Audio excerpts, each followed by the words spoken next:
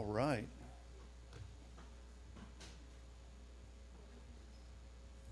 Milo, good job on getting the names thrown at you today. Good job, son. So as we get started, we're going to pretty much be right at the end of the Parsha this week, looking at being able to carry on and do as the Father would have us do in each and everything we do in our lives. It's there. Sorry. We see in the Word that there's a continuation always, a continuation of obedience and a continuation of hearing, of listening. And not only of just being present, but being willing. And that's what we want to look at today. We see here the Hine, here am I. And I want to show us as we go through the passages today that it's more than a physical proclamation of being in that location. It's not just here I am. It's not I'm standing here beside you. I'm standing here in your sight. I'm here in the room. But it's one of spiritual readiness. That we've got to be prepared at all times. And that it shows that we have received the promise from Yah, and we're willing to do all things, to sacrifice all things, and to give up all things for Him. In that, we are saying, I am fully ready, I'm present, I'm ready to hear, ready to obey, without reservation. Now, this is a hard one, without reservation. We even see where we see in the writings and in the Word, in the Torah, where people will bargain with Yah. It went well for Sodom and Gomorrah for a while. There was a little bit of back and forth with Yah and Abraham going on there. And Yah relented that if he could find just a few righteous, he would not destroy Sodom and Gomorrah. But that back and forth helped. But there's a back and forth that we tend to do. And as I've said in the past, I won't lump you all in with myself, but I'll bargain with the Father over what I know I should do and how I should do it, because I'd rather it be easier for me. I'd rather it be more comfortable, more convenient. We tend to serve Yah out of convenience. And we see that Abraham and Isaac didn't have that opportunity. Isaac didn't realize, I believe he was beginning to realize as they headed to the mountain that there was something amiss. I see the fire, see the wood, he saw the knife, but where's the sacrifice? There's going to be mountains you and I approach, and we may see all of the provisions for the sacrifice, but we forget who the sacrifice is. We forget that we are that living sacrifice. There's not an animal, there's not another person now who can shed that blood for you. It's up to you to give of what you have to give, and you have nothing else to give except the life that the Father gave you. And we pray that it's not the physical life, that it's the spiritual life we're able to give back, living in relationship with the Father. We should be able to say, here I am. My heart is ready. I want to hear what you have to say. I want to obey. And what happens when we obey? We are filled. We are filled, we're given. Imagine Abraham taking his only son. Can we all agree? Well, I guess we should ask it somewhat politely to begin with, but we have to agree that Isaac wasn't a little bitty tyke of a kid. If you read, there's many schools of thoughts, but it would go somewhere between 18 and 33. So he wasn't just a little guy toddling along, hoping for the best with no knowledge. He could have resisted. Abraham, an old man of 100 years old. So we have to see that there was willingness on both parts. And Abraham was doing this without reservation because he knew the promise. He knew the promise. You and I know the promise. We're able to go back into the Torah. We're able to go through the prophets, the writings. We're able to go into the New Testament, the Brit Hadashah, the new covenant. And we're able to see what our promise is. But are we reluctantly serving Yah in our lives? Are we moving at a slow pace to serve? Are we serving with our time, own time, because our God is an on-time God? Had he been a minute later, would have lost Isaac, because Abraham was fully willing to sacrifice the promise he had for the seed that would bless many, many nations. Want to go forward with this? We see that when he tested him, this is something I have a hard time reading. And I had to go back. I had to look at it in the Hebrew. I had to go back. I looked at it in several different ways. Yah tested Abraham. Yah tested Abraham. It's not always Hasatan. It's not always Satan out there. It's not always the adversary who is testing you. How do we know? This is just a toss-up question. I don't have it on here. How do we know who the test is coming from? What word are you in? Are you in the Torah? Are you studying what the Father would do, have, do, let happen? Are you in touch with the spiritual aspect to understand if it's the world or if it's Yah? That's the difference. How do you figure this out?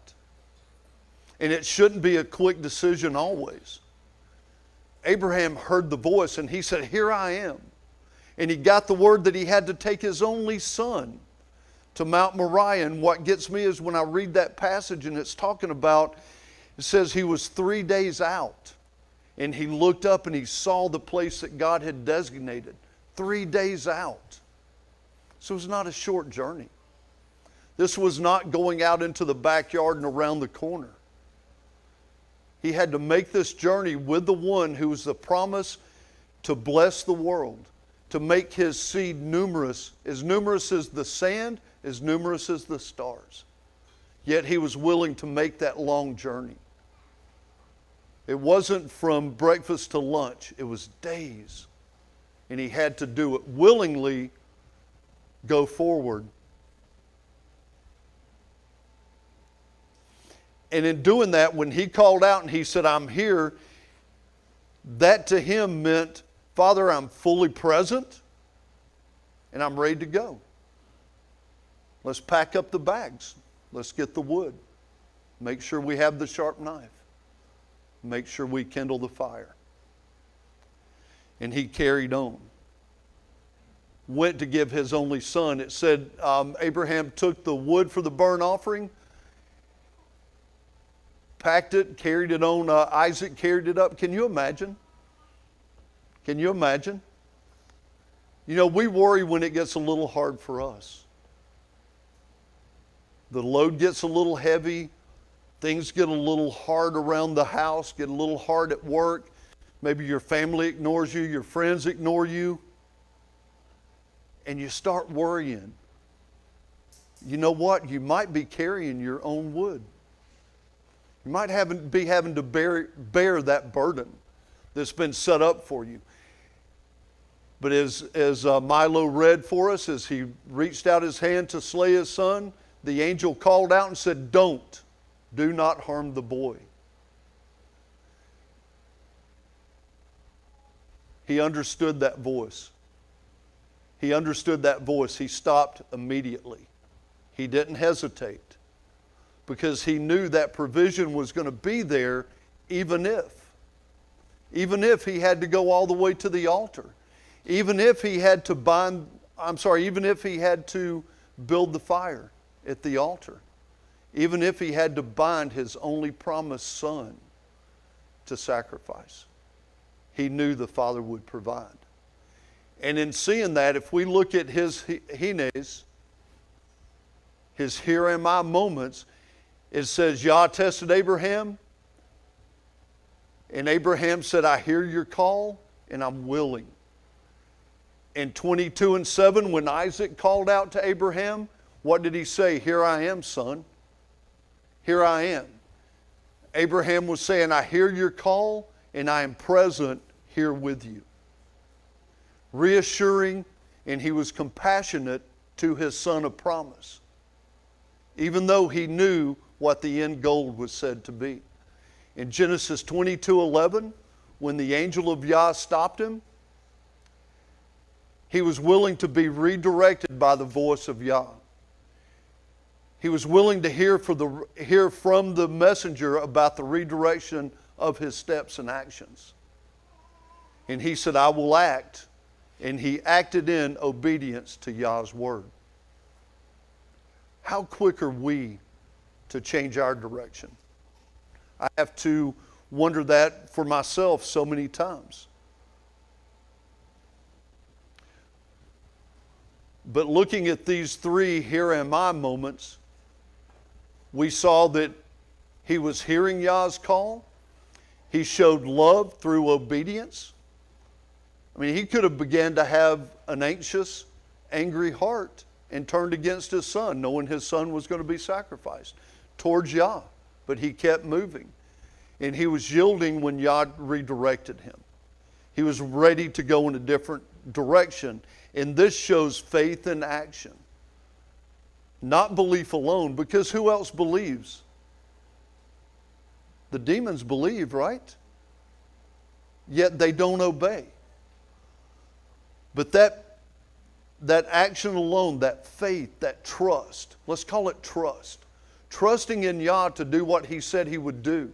Even when you see the very thing that He's promised you about to die at your hands. The very thing that is supposed to serve and to bless all the nations that are to come, about to die. He wavered not. He stood willing and ready. And imagine the relief when that call came not to harm the son, not to bring that sacrifice. Imagine that relief. Knowing that you trusted Yah for a good thing.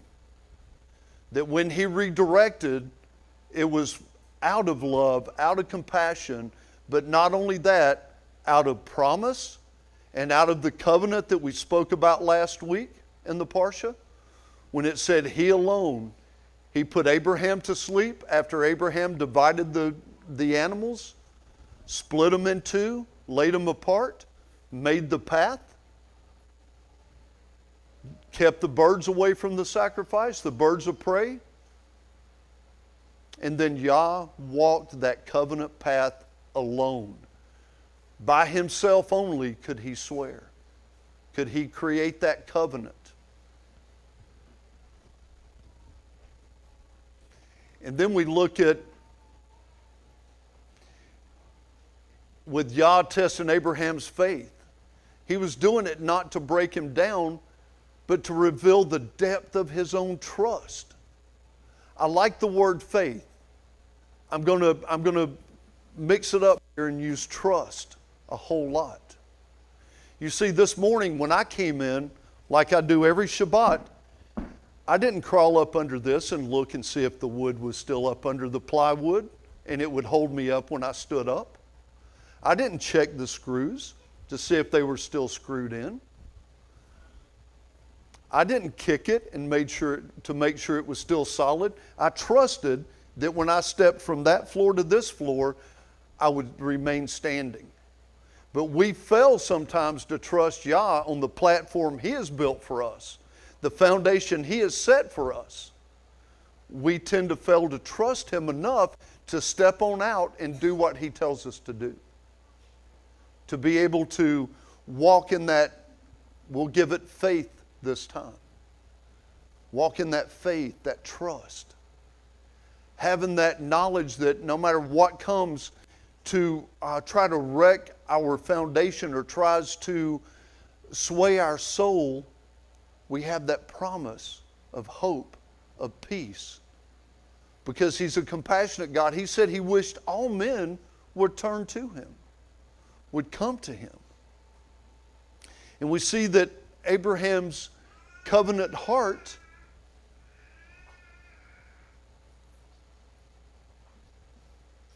I'm ahead of this one.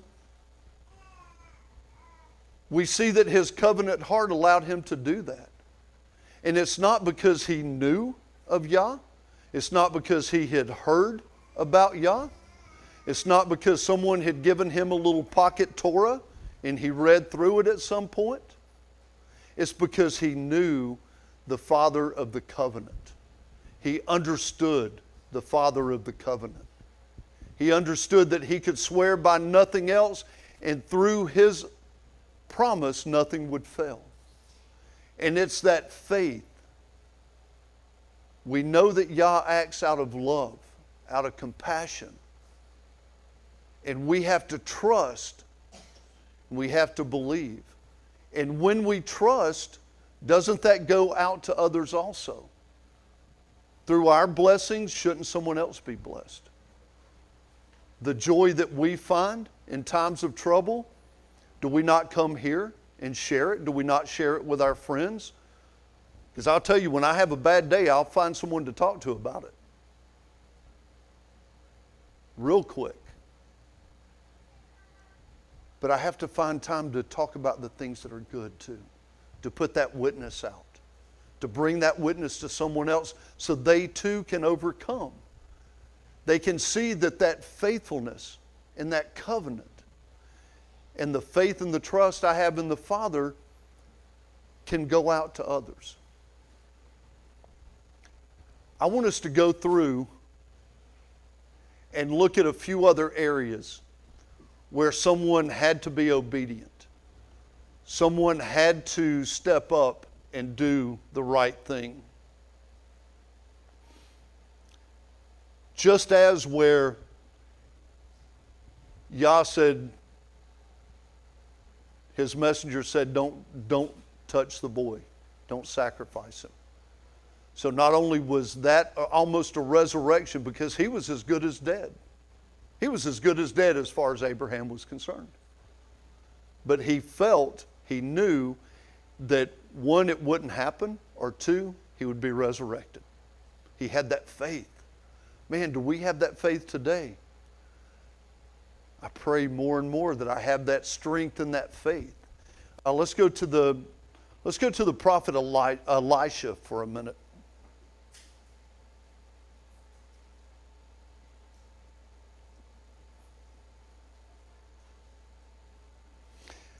I've been trying to find a way to connect the Haftarah with the Parsha and bring in the Brit Hadashah, the New Testament. Been trying to find a way to connect these. This week was easy. This week was really easy. It's almost like Yah made it easy for us, right? So we're looking in 2 Kings 4. Verses 1 through 7 talk to us about the widow whose husband died. He was one of the ministers, one of the prophets under Elijah. And she went to Elisha and said, hey, I've got a problem. My husband was a good man, loved God, worked under you, expected good things to come, saw the blessings, saw the hard work, and now he's died and I have nothing, and the creditors are coming to get my children, to put them into slavery,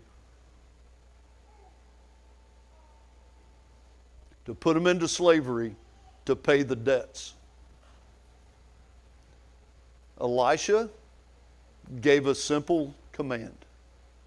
He said, go out and borrow all the vessels you can, all the pots, urns, jugs, jars, milk jugs, whatever you can get your hands on. And he said, not just a few, bring them all. She obeyed, and through her obedience, she created the capacity for a miracle. She could have done a few. She could have said, well, if I just go next door and get one or two, we'll be okay. But she didn't. She brought many back, continued to bring. She had people that were bringing them to her according to the word. And it said the prophet went in, shut the door, told her to pour the oil, and the oil kept pouring until every last pot was filled. And he said, and take these things and sell them and pay off your debts. And she was able to not only reap such a blessing out of one little pot of oil, she was able to keep her children out of slavery. They were given back to her. But out of that obedience, she also blessed those around her. Let's think about that. Others were able to buy oil that might not have been available. They were able to purchase from someone close by. So the blessing went out twofold because she was obedient. Now she could have gone and borrowed, like I said, just a few and had just a little. She could have brought vessels that were small, vessels that were cracked, vessels that were broken. But she got the best vessels that would hold her blessing. And that's all in the line of listening and obeying. Because he told her, he said, bring many. Just continue bringing them. So we have to look at that obedience.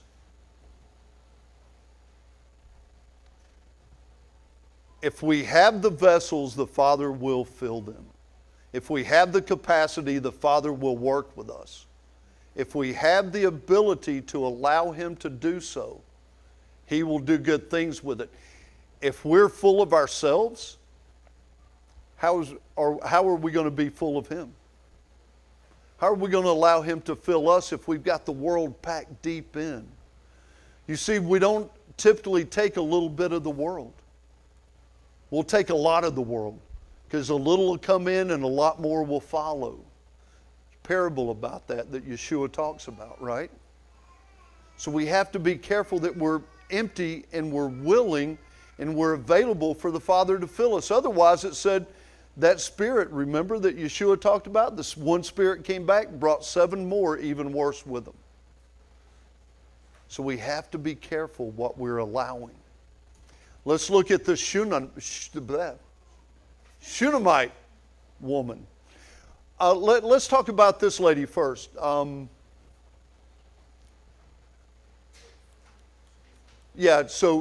we're talking about the Shunammite woman. She built a room. She perceived, as Elisha was coming through the town, that he was a man of God, a man of power. She provided for him. She talked to her husband. She said, I perceive he's a holy man. Let's build a little place on the roof, an upper chamber, if you will, and let's allow him to stay with us, to abide with us when he's around. Making room, and if we look at that, making room for the holy to dwell. Was she just inviting in the prophet of Yah? She was inviting in the Spirit of Yah. All she did was made room for the container, for the vessel that carried the Spirit of Yah. And she allowed him to have provision within their house. They were without child. And he said, when I come back this time, this season, next year, you will have a child. And so it happened. But while that child was later in years out working with the father in the field, started complaining that the young child had a headache, took it to the house. The mother cared for the child, but the child died. And she went to the prophet as he was about to go across the mountain and said she held to his feet. And the minister of the prophet was going to shoo her away, but she said, hey, did I not ask you not to promise me a child? I didn't ask for this child you gave me. Yet you promised me a child, now the child has died. And he hastened back and he laid himself upon that child 3 times and the child came back to life. Provision. She made provision. The Father brought resurrection out of that provision. That son of promise passed, but that resurrection power entered back into that room and into that child. Why? Because she chose to be obedient to her spirit when the Spirit of Yah reached out to acknowledge that that man was a prophet. Yes, sir.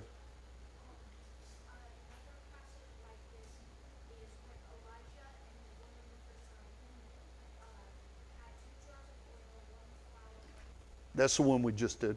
We were in that one before. I think you were at the restroom. I'm sorry. Yeah, we did talk about the oil, the plentiful oil that just kept multiplying. Yes. And she was able to buy her children out of slavery.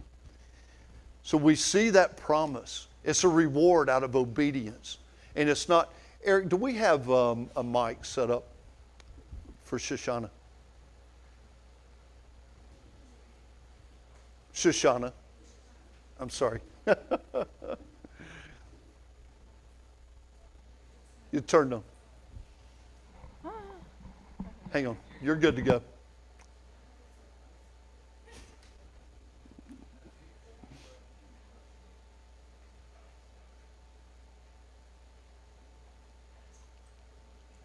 Technical difficulties. One moment. Oh, now we go. There we go. Yeah. So anyway, 3 days, 3 times, Yeshua was in the grave 3 days. Yes. And that's what I read in there, a type of Yeshua resurrection 3 days. And that's what comes to mind. Yeah. Amen. So what was her reward for obedience? Just like Abraham, she received her son back from the dead. Unquestionable. It was a given. Out of her obedience to allow for provision for the prophet of Yah, she received her son back from dead. And we see that in faith. She made room. She made room for the prophet. Simple. Simple. We think we have to go and do big, grand things. We think we have to follow a religion just to the T when all we have to do is have a relationship and be able to hear and understand and follow the Word of Yah. It's really simple. Man and religion get into this thing and they twist it and they turn it, and we get so confused that we don't know which way is up. We don't know what name to say. We don't know what way to turn. We don't know which way to pray. We don't know if we look up, look down, left, right, backwards, on our knees, on our stomach. We forget that God just wants a relationship with you. He will define that relationship. Not out of habit, not out of ceremony, and not out of religion. It'll be a relationship to where you understand that when He speaks,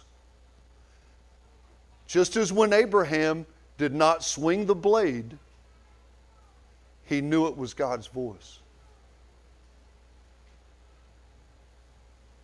Do we hear God's voice and understand just whose voice it is?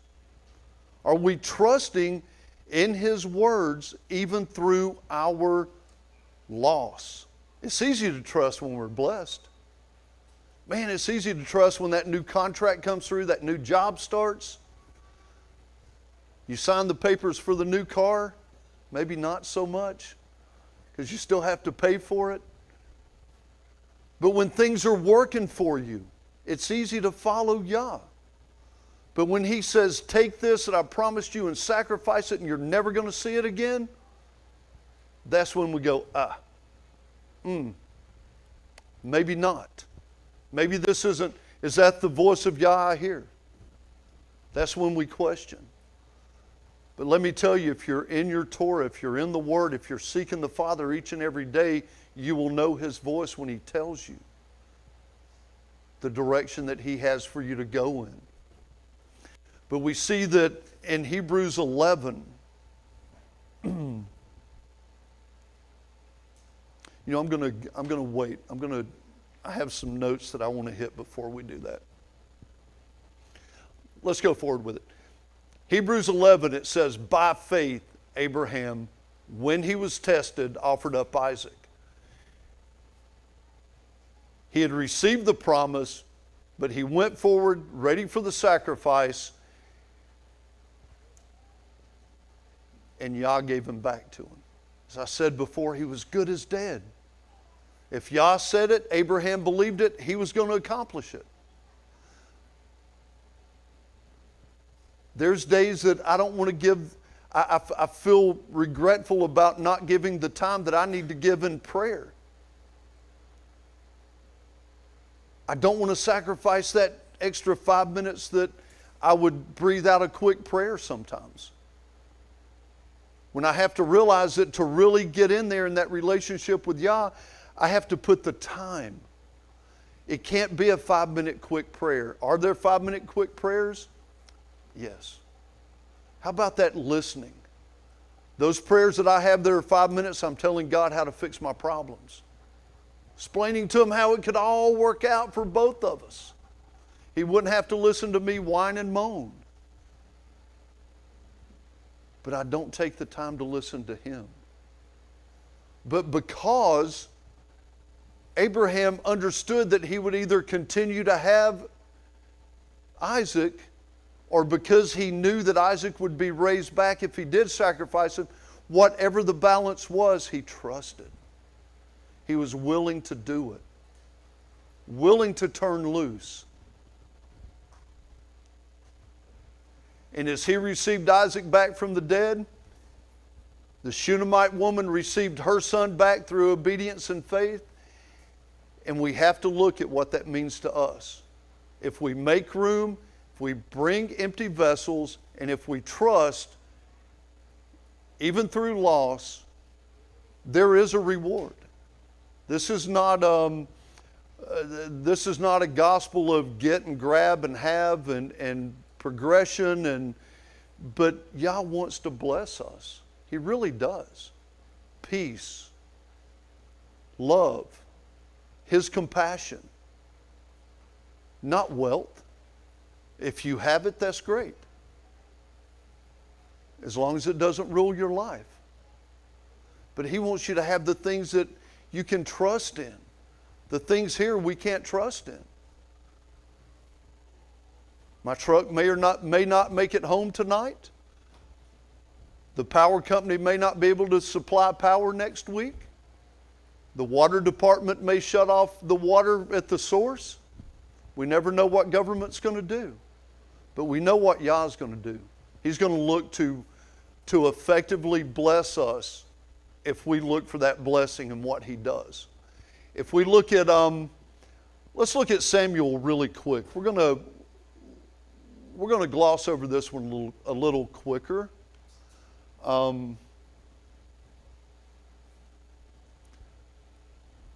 If we look at Samuel, we realize that Eli, prophet of Yah, his sons had become rogue priests, could we say? Become very worldly, and they were doing things that were bad among the people, and the people were rebelling against Yah because of this. But Samuel was given to Eli to be brought up. He was the firstborn of his family, and he was going to be brought up with the prophet and become his minister. So he's a younger tyke at this point, but he heard the voice. Yah called out to Samuel. And we go through the story. He called to him once, and Samuel got up and went to Eli and said, "Eli, did you call me?" And he said, "No, I did not." Perhaps it goes the second time, and Eli says, "Go back. If he calls again, perhaps it's Yah. Ask him or tell him that you're there, you're present, you're here to listen." He says, and there it is. He said, "Go back to sleep. If he calls you, say, 'Speak, Yahweh, for your servant is listening.'"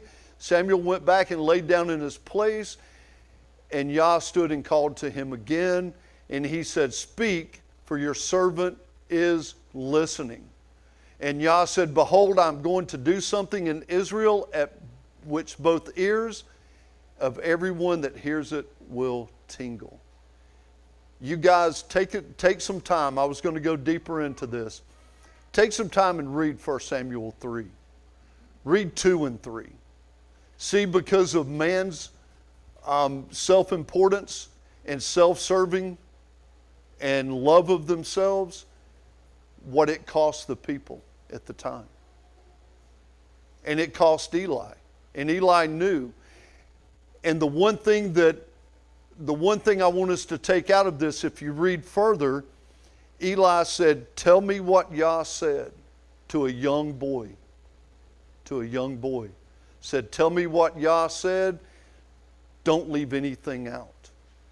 This young man, out of love, had to stand, and out of servitude to Yah, had to stand and pronounce judgment that was coming upon Eli and his sons. I mean, that whole predicament. Can you imagine standing and pronouncing judgment that was coming upon the man of God that you were serving under? But through this, Samuel, by listening, by saying, here I am, by saying, I'm willing, I'm ready, I hear you, tell me what you want me to do, even though he didn't recognize that voice the first couple of times, his posture was correct. He went seeking. His first physical thought is the man he serves, so he turned to Eli. The second time, that physical aspect was still there. He turned to Eli again. The third time, he turned to the Father, willing and ready to be that vessel. So through that readiness, if you read on through this, you see that Yah restored the prophetic voice to Israel. Because during the time of Eli and his sons, the voice of Yah had dried up, had gone away. Prophecies were not coming. Because those who were handling and carrying the word of Yah had dried up as vessels. They were not allowing the Father to fill them. They were doing their own good deeds that were good in their own eyes, not what was good in the Father's eyes. So in doing that, a listening servant became a vessel of revelation. How do you know, as the Word tells us, that we don't know who we're entertaining? That we could entertain angels, messengers. I preferred messenger. We could be entertaining angels. We could actually be speaking a word of prophecy into somebody's life. And I want to tell you, that whole prophecy thing gets blown out in today's world. It's not always a big booming word. Sometimes it's a, hey brother, you need to turn. Hey brother, my spirit is not at rest when it comes to you. You don't have to pronounce judgment. The word will convict. I knew a minister who could read a phone book and put everybody in the altar. He could put everybody under conviction just reading something. Inflection in his voice, the way he carried himself, the way he held himself. Without a solid word of Yah, he could put people in the altar. But it was to no avail. The word will convict. The truth will convict. So that revelation comes, and let's look at Isaiah. I love this. I wish Caleb were here with us. Isaiah standing, seeing all the magnificent scenes of the throne. And he said, I'm not even worthy to be here. I'm going to die because I've seen Yahweh Zavaot, the King of hosts.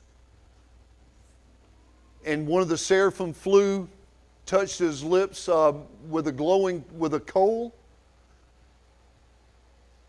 And he says, behold, this has touched your lips, your iniquity is taken away, and your sins atoned for. And he said he heard the voice of Yah saying, whom should I send, and who will go for us? He didn't hesitate. He said, here I am, send me. We don't have to look around. I can't tell you how reluctantly I have followed Yah so many times. I can't tell you how many times I knew I should have said, yeah, here I am, let's go. Let's do this. And somewhere along those, I've missed blessings. I've got into situations that were not good.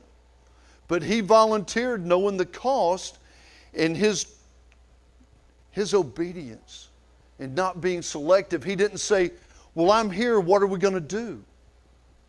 I'm here, how long will I be gone? I'm here, do I have to go out of town for this? Who's going to pack my lunch? He went without reservation.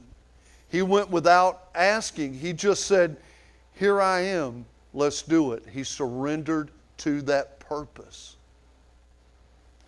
There's one that one scripture I meant to pull in and I did not, but it talks about the prophet when Yah sent him to do something. In the Hebrew, the term is almost as if he took him by the hair and slung him there. And that's to me that's beautiful, because that's what, for me to be in the position I'm in right today, spiritually and physically, Yah had to sling me into this position, I promise you. So I'm like that guy, and I'll look that up for next week. But we should be willing to give, to offer ourselves, and to be that vessel that Yah can work through. If we didn't have that one here I am moment that went even just a little bit further. When the Messiah, when he came to the world and he knew what he had to do, he knew the actions he had to take, he knew the pain he would suffer, the separation from the people, the scorn he would suffer. Yet he said, behold, lo, hey, look here. Here I am. I come to do your will. He knew what was written. He even quotes it. He said, in the scroll of the book, it is written of me that he would be chastised. He would give his life and his blood so others could have salvation. And he went on, even in Gethsemane, as he prayed and he said, not my will, but yours be done. But then he turns, even on the stake, on the cross, on the tree, however you want to call it. He said, Father, into your hands I commit my spirit. Through obedience to the Father, to what he knew was written of him, the pain, the suffering, the scorn, the mocking, physical, spiritual pain, through that obedience to going into what he knew he would have to suffer, resurrection life was poured out for you and me, was given freely to us, that all we have to do is accept it. That was his here I am moment. That was his time. Could he have rejected that cause? He didn't. All we know is that he went forward. What song are you singing?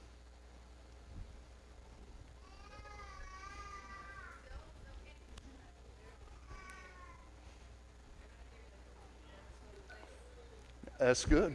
If it brings something to heart, that's a beautiful thing. Through obedience, that resurrection life is poured out.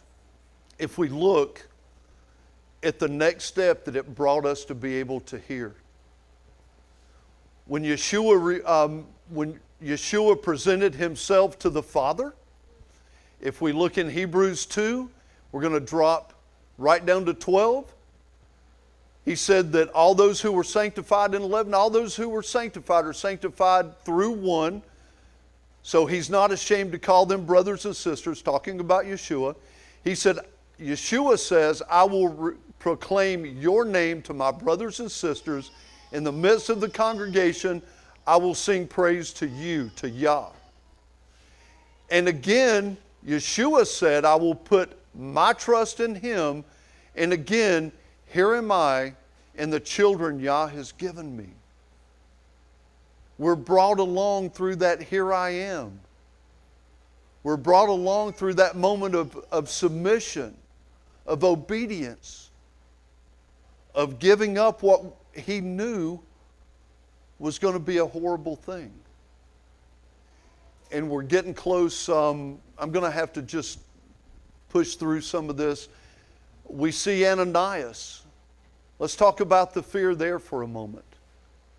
Yah told him, said, go down to Saul from Tarsus.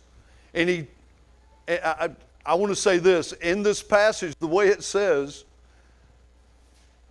he says, get up and go to the street named Straight and ask in the house of Judah for someone, as if Ananias wouldn't know who that someone was, named Saul, for he's praying.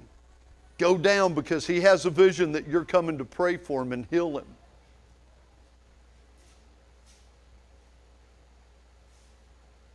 He kind of reasoned with Yah, are you kidding me? Are you sure?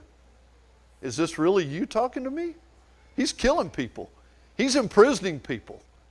He's putting people in chains, separating families. He's doing all this bad stuff. And you want, I know who Saul is. Do you know who Saul is? Can we talk for a moment? He said you'll help him regain his sight, and in doing that, he said in doing that, you're going to bring out my choice instrument. Someone who will carry my name before nations and kings and the sons of Israel. He said, because I'll show him, I think this is God's little get back, right? He said, I'll show him how much he will suffer for my name's sake. Because he was out there causing others to suffer for that name's sake. So what he did in listening and going and saying, yeah, Lord, I'm here, I'll go. He comes to Saul, prays with him, the scales are gone. But what he did is he opened the door for millions to hear the gospel. Immediately to hear the gospel. Now, was it always an easy trip? An easy missionary trip for him? Did he take a flight here and there? No, he was dragged from place to place as a prisoner most times. Dragged where he wouldn't go to spread a message that he was trying to stomp out. Not such a willing participant in this matter. But he had to go. So Ananias, through his here am I moment, unleashed it so millions would hear and know. Abraham, as an example of obedience to Yah, to his son, and listening to the messenger, his covenant was confirmed, reconfirmed. The life of his son was brought back. Samuel, through hearing Yah, listening to Yah, and turning to Yah, restored a prophetic voice within all of Israel. Isaiah, man, his mission was launched. He was commissioned to go and do good things. Ananias, by listening to Yah and to Yeshua, his gospel, the gospel went out. It was expanded to many. The Shunammite woman listened to the prophet, her oil, and the resurrection of the son of the second woman. And through Yeshua, he listened to the Father, was obedient, and there was salvation, and I want to remind us of this, a new creation. If you have come into that relationship, you are a new creation through Yeshua, right? You are a new creation, a new body, you have a new meaning, a new purpose, a new direction. But we have to hear and we have to listen. We have to know that voice. And I hope that each and every one of us are pulling in more and more so we can have that covenant renewal, so we can have that relationship that will bind us to the Father each and every day. Are you willing today?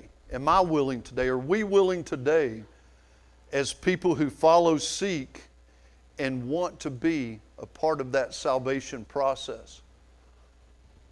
Are we willing to go above and beyond? Timely.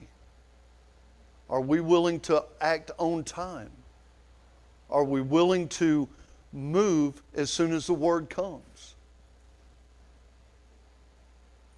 Are we willing to be that vessel for the Father?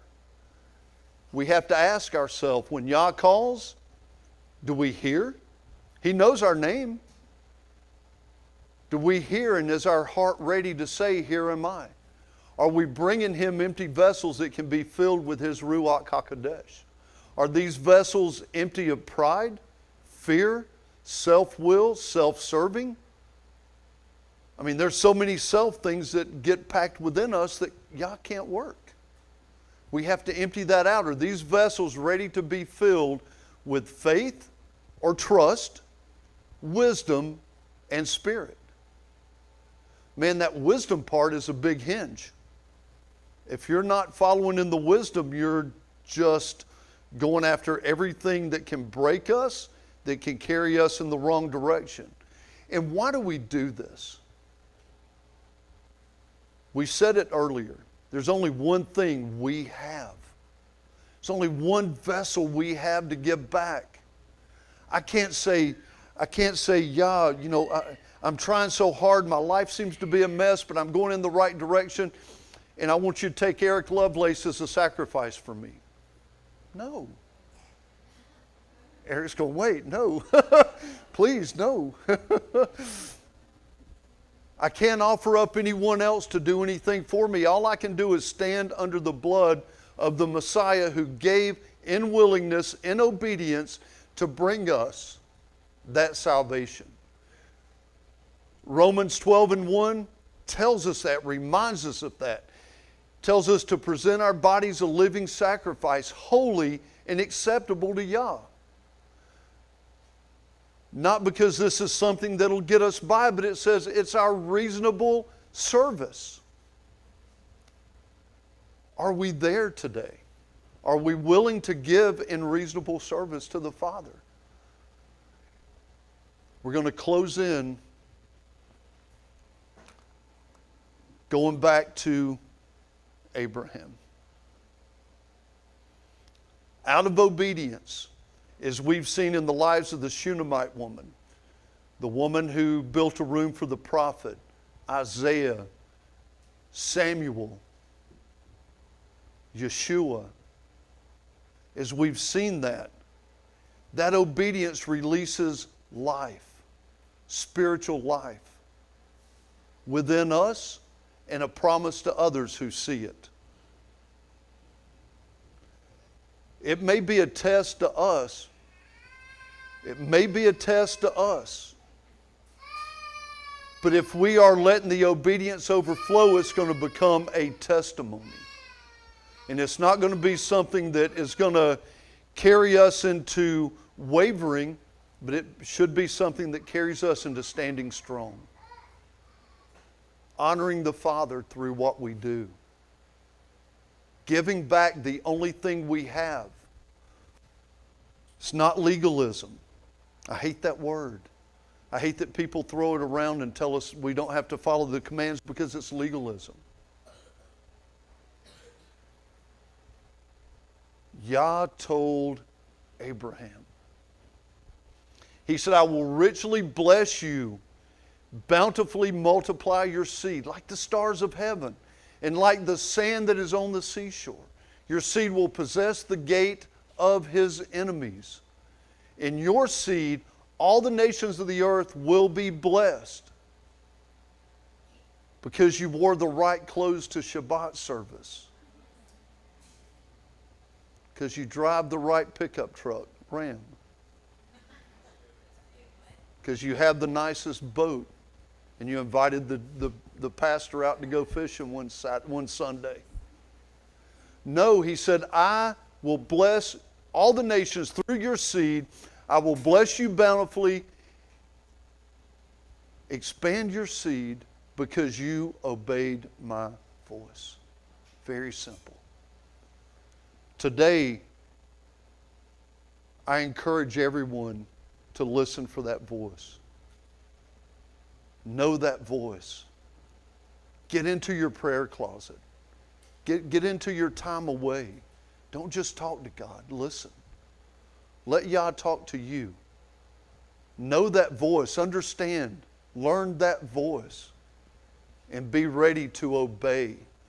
Because through that, you may be unleashing blessings that you don't even understand you're unleashing. It's not all for you. It's not all for me. I want Yah to bless me multiple times over and over and over, so my cup's overflowing. But what is that blessing if it doesn't touch someone else's life? If they don't see my joy in time of testing? If they don't see my heart in those times of love and compassion that I'm able to help someone else, get outside of myself and do something for someone else? Our obedience, like Abraham, like the Shunammite woman's, as I said before, will turn that testimony. Instead of us being broken, it'll turn it into a testimony. And that's where our life needs to be. Out of that obedience, the oil, the Spirit, that's the blessing we're looking for. Not money, not new cars, new houses. We're not looking for that. If it comes, it comes. But the blessing I pray that we will search for is that blessing of that overflowing of the Spirit, that oil. The Shunammite woman who grabbed every vessel she could. Every vessel she could. And said people were still bringing her more. And they had to go in and shut the door. Don't let your blessing be little today. Don't let your blessing be judged by the little bitty pot you bring to be filled. Bring more. Let your heart overflow with what the Father has for you today.